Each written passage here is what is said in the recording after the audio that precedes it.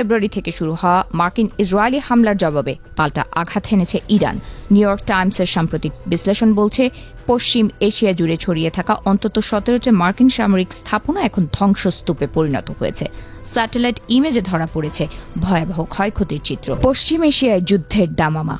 মার্কিন ইসরায়েলি আগ্রাসনের জবাবে রক্তক্ষয়ী প্রতিশোধ নিচ্ছে তেহরান।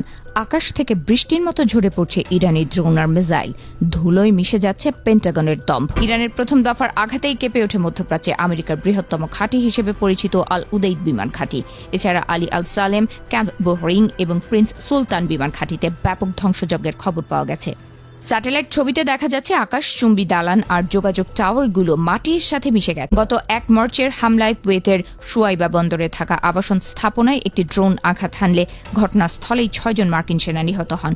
একই দিনে সৌদি আরবের অন্য এক ঘাঁটিতে প্রাণ হারান আরও 1 জন সেনা। সব মিলিয়ে নিহতের সংখ্যা এখন 7-এ ঠেকেছে। ইরানের দাবি, হামলার ভয়ে মার্কিন সেনারা এখন শহরের অলিতে গলিতে পালিয়ে বেড়াচ্ছেন। বিশ্লেষকরা বলছেন, ইরানি হামলার তীব্রতা আর কৌশল দেখে খোদ হোয়াইট হাউসও স্তব্ধ। ডোনাল্ড ট্রাম্পের প্রশাসন যতটা আঁচ করতে পেরেছিল, ইরান তার চেয়েও কয়েক গুণ বেশি শক্তিতে আঘাত এনেছে। আধুনিক সমরাস্ত্রের এক বিশাল ভান্ডার নিয়ে আগে থেকেই প্রস্তুত ছিল তেহরান। কাতারের উম্মদাহালের কাছে অবস্থিত $1.1 বিলিয়ন মূল্যের NFPS-132 লং রেঞ্জ রাডারটিও ইরানি ড্রোন আর মিসাইলের কবলে পড়েছে। 3000 মাইল এলাকা জুড়ে নজরদারি করতে সক্ষম এই রাডারটি এখন কেবলই এক লোহার জঞ্জাল। স্যাটেলাইট ইমেজে দেখা যাচ্ছে রাডারটির সুরক্ষা কবচ বা রেডমগুলো ছিন্ন ভিন্ন হয়ে গেছে। আমেরিকার গর্ব হিসেবে পরিচিত থার্ড সিস্টেমকেও রেহাই দেয়নি ইরান। মুয়াফফাক সালতি বিমান ঘাঁটির একটি রাডার ইউনিট ধ্বংস হয়েছে, যার মূল্য প্রায় $500 মিলিয়ন। এছাড়া কাতার ও সংযুক্ত আরব আমিরাতেও শক্তিশালী মার্কিন রাডার ব্যবস্থা এখন পুরোপুরি অকেজ। ইরানের এই পাল্টা আঘাতে ওয়াশিংটনের সামরিক কৌশলে বড় ধরনের ধস নেমেছে।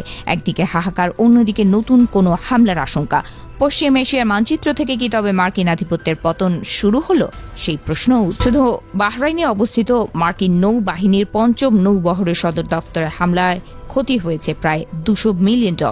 পেন্টাগন থেকে কংগ্রেসে পাঠানো এক গোপন রিপোর্টে এই বিপুল অঙ্কের ক্ষয়ক্ষতির কথা স্বীকার করা হয়েছে। বারবার আক্রান্ত হচ্ছে দফরা আর আল উদেইদের মতো সুরক্ষিত ঘাঁটিগুলো।